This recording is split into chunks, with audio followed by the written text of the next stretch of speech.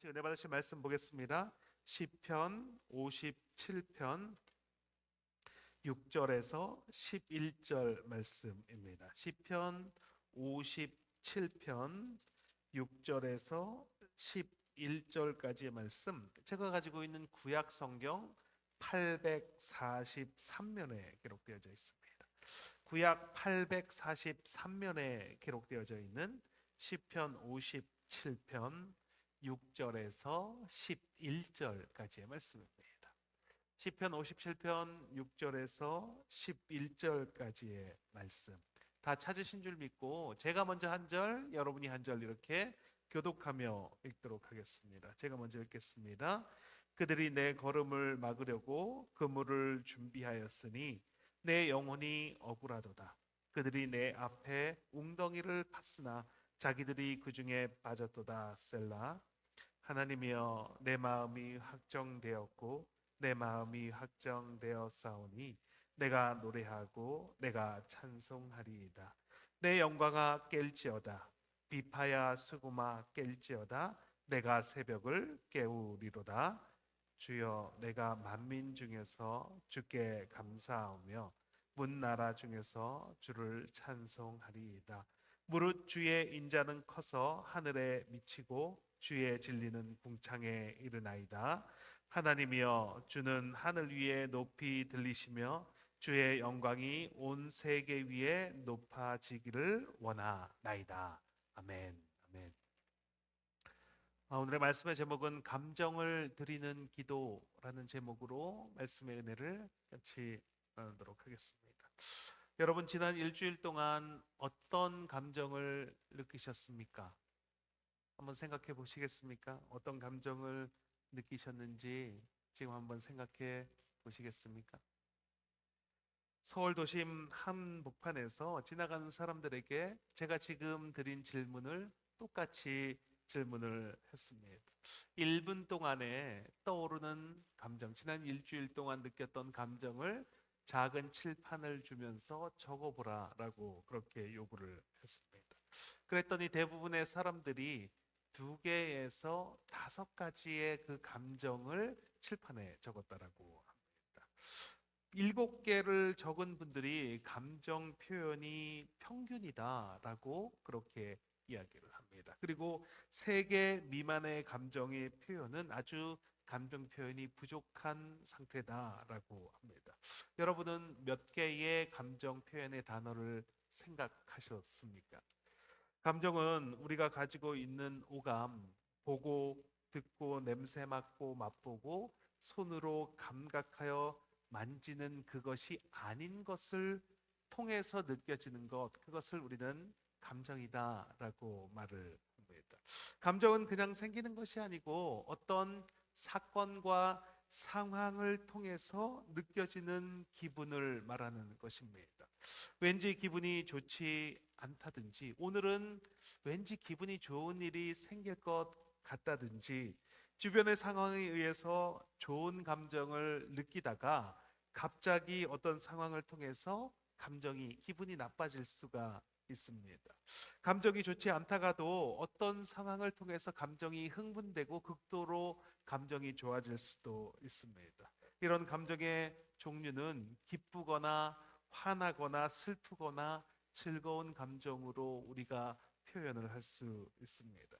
이 감정은 한 번에 한 가지씩 순서대로 다가오는 것은 아닙니다. 이 같은 시간에 여러 가지 감정을 한꺼번에 복합적으로 느끼면서 살아갑니다.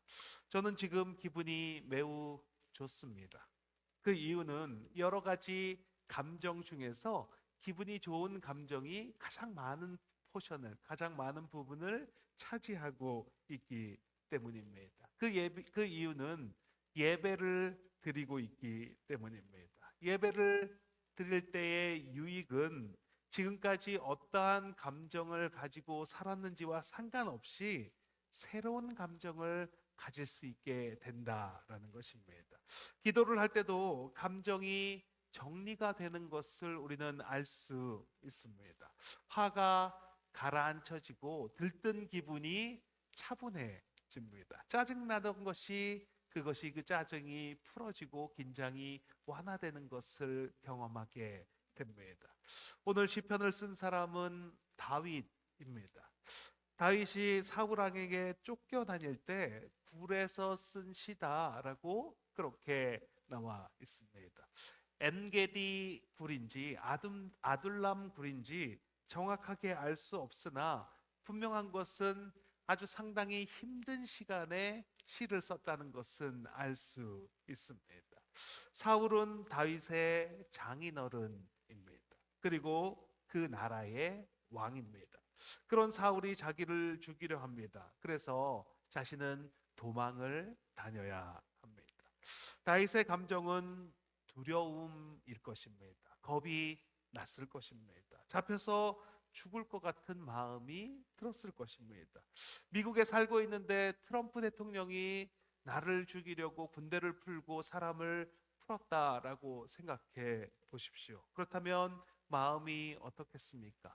두렵지 않겠습니까? 웬만한 사람 같으면 살 소망을 잃어버리고 나를 차라리 죽여달라라고 그렇게 말할 수도 있을 것입니다. 그리고 한편으로는 억울한 감정이 듭니다. 분합니다. 왜냐하면 다윗이 이렇게 쫓겨 다닐 만한 일을 자신은 한 적이 없기 때문입니다.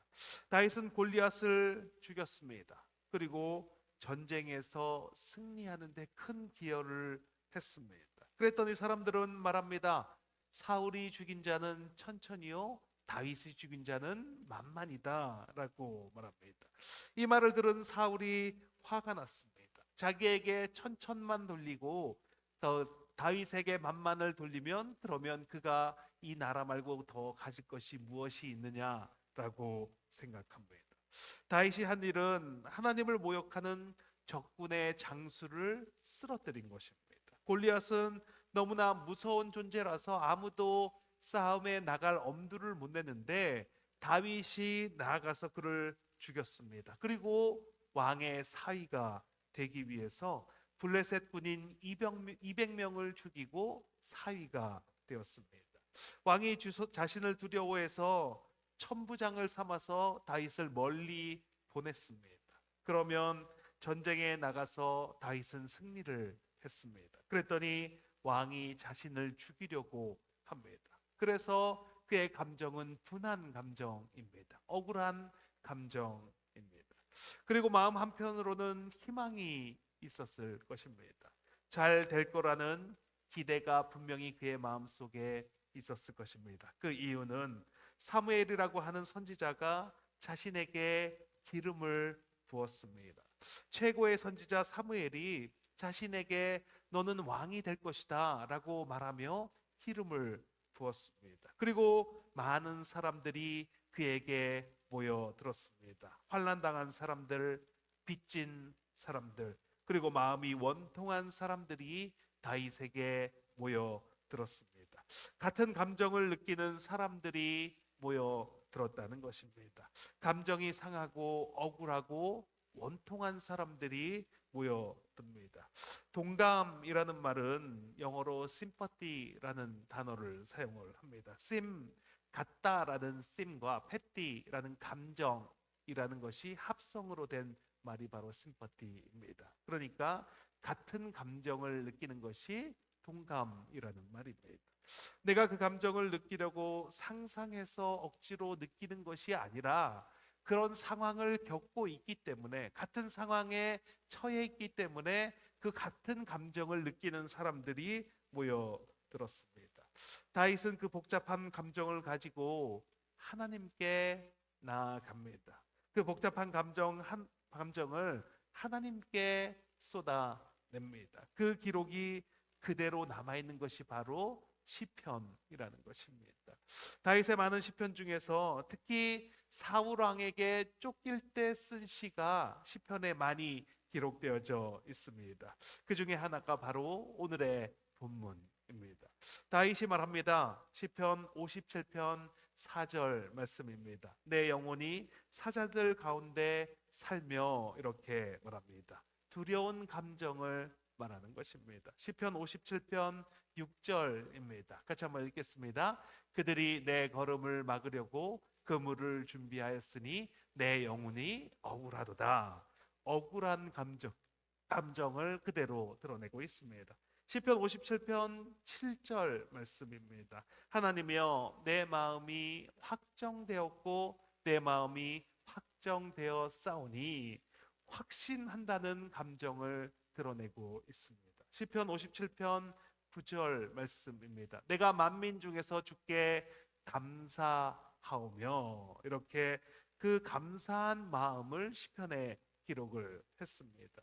짧은 시편에서 다윗의 감정이 요동치고 있는 것을 우리가 확인할 수 있습니다. 두렵고 억울하고 확신하고 감사한다라는 감정이 요동치고 있습니다. 왜 이렇게 정신없이 감정이 왔다 갔다 하고 있을까요?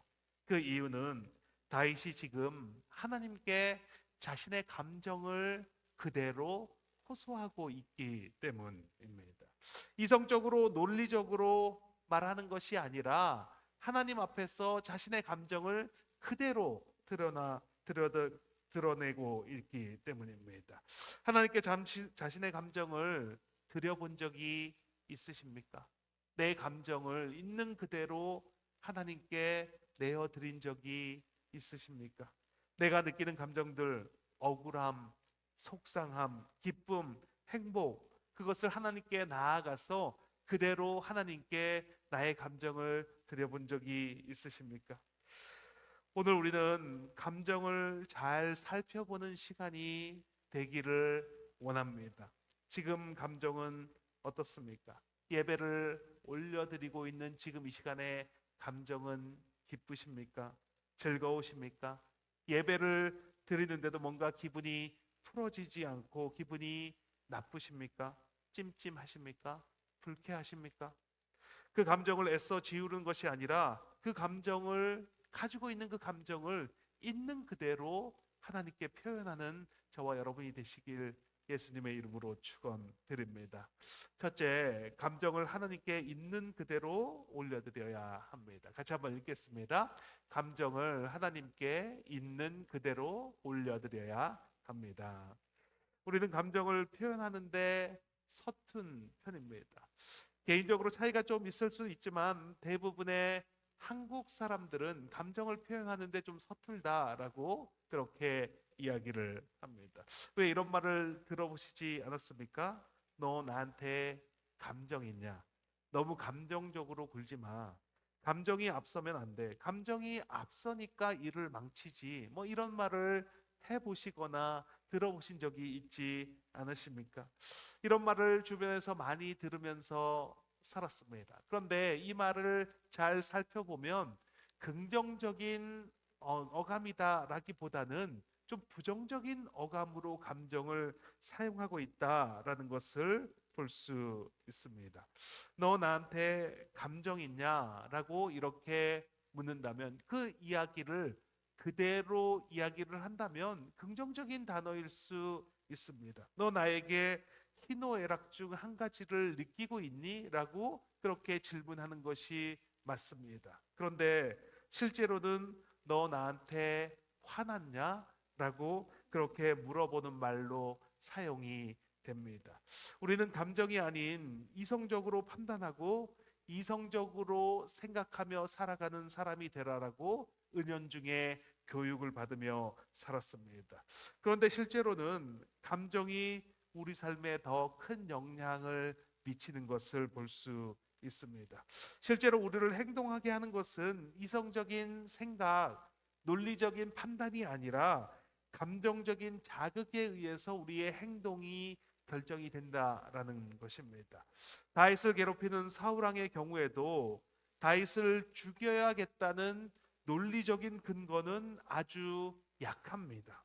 다윗이 나라를 위해서 공헌한 정도와 다윗과의 관계를 이성적으로 살펴본다면 사울이 다윗을 죽여야 하는 그런 이성적인 이유는 거의 없습니다. 그런데 사울 왕이 여인들이 하는 노래를 들었을 때 감정적으로 화가 났고 그 감정이 북받쳤습니다. 사무엘상 18장 8절 말씀입니다. 같이 한번 읽겠습니다.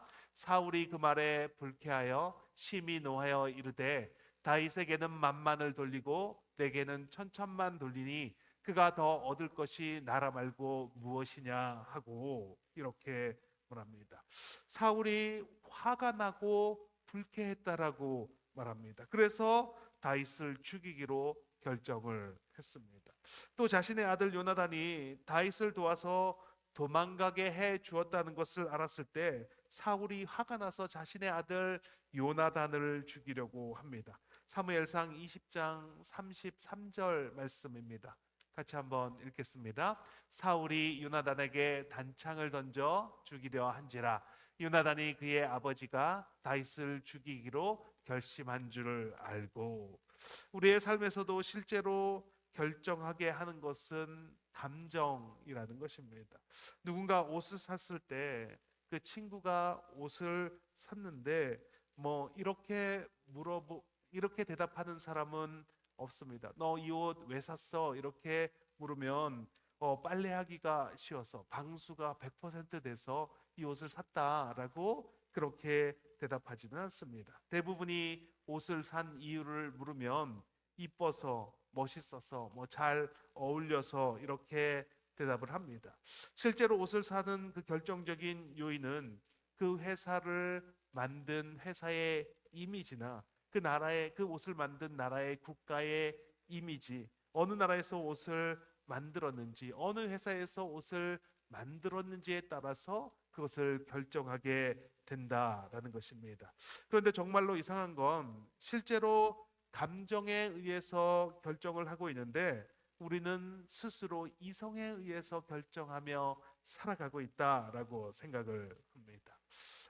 저는 눈물이 많은 편입니다. 그래서 영화를 볼 때도 자주 울곤 합니다. 그런데 어렸을 때는 울지 말라는 그런 이야기를 정말 많이 들었습니다. 남자는 울면 안 된다. 울지 말고 뚝 그쳐라. 이런 이야기를 정말 많이 들었습니다. 그래서 자연스럽게 친구들 사이에서도 내가 눈물을 보이는 것을 두려워해서 감추려고 했던 기억이 있습니다. 제 주변에는 자신은 평생에 한 번도 울어본 적이 없다라는 것을 자랑으로 이야기하는 친구도 있었습니다. 우는 것은 창피한 일이고 한 번도 울지 않는 것은 자랑할 일이라는 것입니다. 감정을 억제하고 이성적으로 사고하려 살았습니다. 그런데 그게 올바른 일은 아닙니다. 감정은 자연스러운 것입니다. 슬프면 눈물이 나고 기쁘면 웃음이 납니다. 다른 사람의 아픔을 보면 가슴이 아프고 위로하고 같이 울고 싶어지는 것은 자연스러운 감정입니다. 이것을 누르면 안 됩니다. 이것을 표현하는 것이 건강한 것입니다. 이것을 누르고 사는 것은 건강한 것이 아닙니다. 기도도 마찬가지입니다. 다윗의 시편을 보면 자신의 상황을 논리적으로 설명하려고 하지 않습니다. 자신의 감정을 그냥 있는 그대로 쏟아냅니다. 그래서 시인 것입니다. 논리적으로 맞지 않습니다. 감정을 쏟는 것이기 때문입니다. 복잡하게 얽혀 있는 감정을 그대로 쏟아냅니다. 그랬더니 시가 되고 그것이 기도가 되는 것입니다. 물론 논리적으로 기도할 수 있습니다. 논리도 하나님께서 주신 것입니다. 하나님도 논리적인 분입니다. 그래서 온 세상이 논리적으로 정확하게 지금도 운행이 되고 있는 것입니다. 그런데 기도할 때에는 이성적인 면보다는 감정을 쏟아서 기도하는 것이 더 맞습니다. 이성적으로 기도를 하면 머릿속에서 내가 논리적으로 그 문장을 만들어야 합니다. 기승전결이 명확하고 발단, 전개, 위기, 절정, 결말을 내 머릿속에서 만들어야 기도할 수 있습니다. 그러면 오히려 기도에 방해가 됩니다. 기도를 가라앉게 됩니다. 그런데 기도는 논리에 맞지 않지만 이성적으로 좀 틀릴 수 있지만 내 감정을 쏟아내 드리는 것입니다. 하나님은 알고 계십니다. 내가 무엇을 말하고 싶어 하시는지, 내 이성이 어떻게 작동하고 있는지, 하나님은 내가 지금 어떤 감정으로 기도하고 있는지 알고 있습니다. 그 감정을 쏟아내는 것입니다. 하나님, 내 영혼이 억울합니다. 하나님, 내 마음이 확정되었습니다. 내 마음이 확정되었습니다. 하나님을 찬송합니다. 하나님을 찬양합니다. 하나님, 내가 만민 중에서 하나님께 감사합니다. 하나님께 찬송합니다. 내가 하나님을 세계 만민 중에서 높이시기를 원합니다. 이렇게 자신의 감정을 쏟아낸다면 내 마음이 어떻겠습니까? 우리도 오늘 이런 기도를 드렸으면 좋겠습니다. 이성적으로 논리적으로 따지지 말고 그게 맞는 말인지 틀린 말인지 생각하지 말고 내 감정이 가는 대로 하나님께 쏟아내는 것입니다. 그렇게 기도할 때 하나님께 더 가까이 가는 기도를 드릴 수 있게 됩니다. 그렇게 기도할 때 우리가 지성소 안으로 들어가 하나님을 만나는 저와 여러분이 될 것을 믿습니다. 우리 모두 감정을 드림으로 하나님의 임재 가운데 머무르시는 저와 여러분이 되시길 예수님의 이름으로 축원드립니다.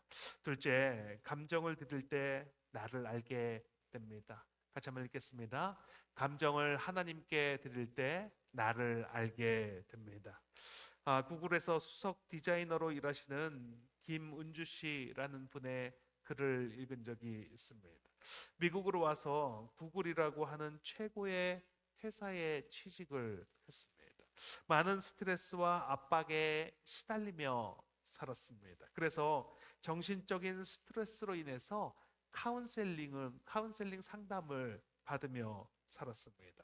그리고 회사 동료들이 이와 비슷한 상태에 있지 않을까라는 그런 생각에서 자신이 글을 하나 썼습니다. 제목은 우물안 개구리입니다. 그리고 그 우물안 개구리라는 글을 전 직원에게 단체 메일로 보내주었습니다. 한국에 살면서 이 우물안 개구리가 되지 말라라는 마음으로 미국에 왔습니다. 그렇게들 말씀하시니까 넓은 세상으로 가겠다. 그래서 미국에 왔습니다. 미국에 와서 살다 보니 타지 생활이 쉬운 게 아니었습니다. 미국에서는 오히려 더 작은 사회생활을 하게 되었습니다. 한인들만 모여 사는 곳에서 한인 식당을 가고 한국 교회를 가고, 그러면서 어느 순간 저를 돌아보니 한국보다 더 작은 우물에서 살아가고 있는 나를 발견하게 되었습니다. 한동안 그것 때문에 너무 괴로웠습니다. 이렇게 살 거면 내가 여기에 왜 왔는가? 무슨 부귀 영화를 보겠다고 이런 고민들을, 이런 상상들을 어느 순간 깨달음이 왔습니다. 그것을 그렇게 고민하고 상상하다가 어느 순간 깨달음이 왔습니다. 내가 왜 어디에 있는 것에만 자꾸 집중하고 있는 것인가? 우물 안이 문제가 아닌데, 핵심은 우물 안이 아니라 우물 안에서 불행하게 사는 것이 문제라는 것을 알게 되었습니다. 그 사실을 깨닫는 순간 개구리가 어때서? 나 개구리야. 개구리로 사는 것이 어때서? 나 행복한 개구리야. 그래, 나 개구리다. 우물 안에서 살아가고 있지만 나는 행복한 개구리다 라고 이렇게 글을 써서 이메일을 보내드렸습니다. 그랬더니 정말 많은 직장 동료들로부터 답장을 받았다라고 합니다. 나도 개구리입니다. 나도 개구리입니다. 나도 우물 안에 개구리입니다. 그리고 어떤 사람은 조용히 다가와서 말없이 자신을 안으면서 펑펑 울기만 했다라고 합니다. 김은주 씨는 겉모습으로 보기에는 화려한 삶을 살아갑니다. 구글이라는 회사에, 또 미국의 실리콘밸리라는 곳에 정말 성공한 여성으로 살아가는 것처럼 보입니다. 이 시대에 누구나 부러워하는 그런 삶일 수 있습니다. 그런데 그런 허울과 상관없이 그는 힘들고 외롭고 괴롭고 불행한 삶을 살아가고 있습니다. 그것을 어떻게 알게 되었습니까? 그 삶을 살아갈 때는 알았지만 막연히 알았습니다. 그냥 힘들고 외롭다, 한국이 그립다, 이 정도로만 알았습니다. 그런데 글을 쓰면서 동료들에게 메일을 보내면서 사람들이 찾아와서 나도 개구리다, 말없이 누군가 다가와 울면서 자기를 안아줄 때, 그때 명확하게 알게 되었습니다. 감정을 표현했더니 내가 누구인지를 알게 됩니다. 내가 어떤 상태인지, 내가 어떤 사람인지를 알게 되었습니다. 우리는 의외로 나에 대해서 많이 생각하지 않고 내가 누구인지 잘 모르는 채로 그냥 그대로 삶을 살아갑니다. 그게 삶이니까, 다들 그렇게 살아가니까 내가 왜 그러는지, 무엇 때문에 그러는지 잘 모르는 경우가 정말 많습니다. 그런데 표현을 할 때, 특별히 내 감정을 표현할 때 내가 왜 그러는지를 알게 됩니다. 내가 어떤 상황인지를 알게 됩니다. 오늘 본문에 다윗은 말합니다. 시편 57편 8절 말씀입니다. 같이 한번 읽겠습니다. 내 영광아 깰지어다, 비파야 수구마 깰지어다, 내가 새벽을 깨우리로다. 여기에서 내 영광이라는 단어가 카보드라는 단어입니다. 이 카보드라는 단어는 영광아 이렇게 해석이 되지만 내 영혼아, 내 심령아 이렇게 해석해야 한다라고 말하는 그 견해가 다수입니다. 그러니까 내 영혼아 분발하라, 내 영혼아 일어나라, 내 영혼아 깨어라 라고 해석이 되어야 합니다. 내 영혼아 일어나라. 사울왕에게 쫓겨다니기 바쁜 다윗이 목숨이 왔다 갔다 하는 상황에서 당장 한치 앞을 예측하지 못하는 절박한 다윗이 이렇게 말합니다. 내 영혼아 일어나라, 내가 새벽을 깨우리로다. 이렇게 노래할 수 있는 이유는 무엇입니까? 감정을 들였더니 알게 되었습니다. 내 영혼이 잠들어 있다는 것을, 불안으로 절망으로 내 영이 깊이 잠들어 있다는 것을 알게 되었습니다. 그리고 외치는 것입니다. 내 영혼아 깨어라, 내 영혼아 일어나라, 내 영혼아 분발하라. 우리가 기도하는 중에 상황이 반전되는 경험을 하게 되지 않습니까? 절망으로 기도했는데, 답답해서 기도했는데, 어떻게 해야 할지 몰라서 기도했는데, 그런데 기도 중에 상황이 반전이 됩니다. 왜 이런 상황을 내가 맞닥뜨렸는지 알게 됩니다. 그리고 지금은 문제가 그게 아니라 내 마음이 문제라는 것을 알게 됩니다. 한 어머니가 계셨는데 어떻게 살다가 보니까 아들이 미워졌다라고 합니다. 그래서 아들에게 화를 많이 내고 아들에게 불평불만을 쏟아내는 삶을 살아갔습니다. 그러면서도 항상 기도를 했습니다.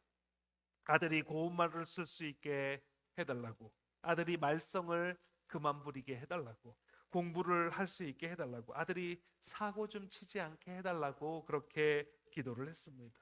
그렇게 오랜 동안 기도를 했는데 변화가 없었습니다. 어떤 응답도 들을 수 없었습니다. 그러던 어느 날 기도처에 가서 차분히 앉아서 기도하는데 그날은 기도가 이렇게 시작이 되었다라고 합니다. 주님, 제가 너무너무 힘듭니다. 아들을 볼 때마다 화가 나서 살 수가 없습니다. 이 아이가 나를 너무 힘들게 합니다. 제발 저를 좀 살려주십시오. 제발 저를 좀 어떻게 좀 해주십시오. 이렇게 기도를 했는데 하나님의 마음이 그 순간 공감이 되더랍니다. 내가 아들에게 화를 낼 때 하나님도 화가 나셨겠구나. 내가 힘들었을 때 그때마다 하나님도 힘드셨겠구나. 내가 아들을 바라보는 마음이 하나님이 나를 바라보는 마음이겠구나라는 마음이 들었다는 것입니다. 이 마음이 들면서 엄마가 바뀌기 시작했습니다. 화를 내려다가도 참았습니다. 불평하지 않기 시작했습니다. 그랬더니 그 어머니를 보면서 아들이 바뀌기 시작합니다. 아들이 달라지니 화를 낼 일이 없어지게 되었습니다. 불평하지도 않게 되었습니다. 내 감정을 쏟아놓을 때 나도 모르는 나를 발견하게 됩니다. 내가 어떤 삶을 살아가고 있는지, 내가 지금 뭘 놓치고 살아가고 있는지, 내가 왜 화를 내고, 내가 왜 남을 미워하고, 내가 불평하고, 원망하고 살아가고 있는지를 알게 됩니다. 그때 반전이 일어나는 것입니다. 내가 이렇게 살아서는 안 되겠다. 하나님이 원하시는 것이 이것이 아니구나. 내가 처음 주님을 만났을 때는 이 마음이 아니었는데. 그리고 이렇게 고백하게 됩니다. 내 마음이 확정되고 확정되었사오니 내가 노래하고 내가 찬송하리이다. 내가 주께 감사합니다. 내가 주님을 찬양합니다. 그래서 아무리 상황이 힘들고 어려워도 노래하고 찬송하는 삶을 살아가게 되는 것입니다. 우리 시간 같이 기도하는 시간을 갖도록 하겠습니다. 이 시간 같이 기도하실 때 우리 정말 함께 기도하는 시간이 되었으면 좋겠습니다. 우리가 기도처에 함께 앉아 있다고, 내가 기도하고 있다고 착각하시면 안 됩니다. 기도는 하나님과 나와의 1대1의 관계입니다. 내 감정을 드려야 기도를 하는 것입니다. 아무것도 하지 않고 가만히 있는다고 기도가 되는 것이 아닙니다. 입술을 열어서 기도하시기 바랍니다. 마음을 열어서 기도하시기 바랍니다. 기도하는 것과 안 하는 것에는 엄청난 차이가 있습니다. 기도를 한다는 것은 무엇인가 격식을 가지고 계획을 가지고 가는 것이 아닙니다. 나의 감정을 쏟아내는 것입니다. 지금 내가 느끼는 그 감정을 어떤 이유로 생겼는지 모르지만 나의 마음속에 생겨난 그 감정을 그대로 올려드리는 것입니다. 내 마음속에 있는 무거운 짐을 쏟아내시기 바랍니다.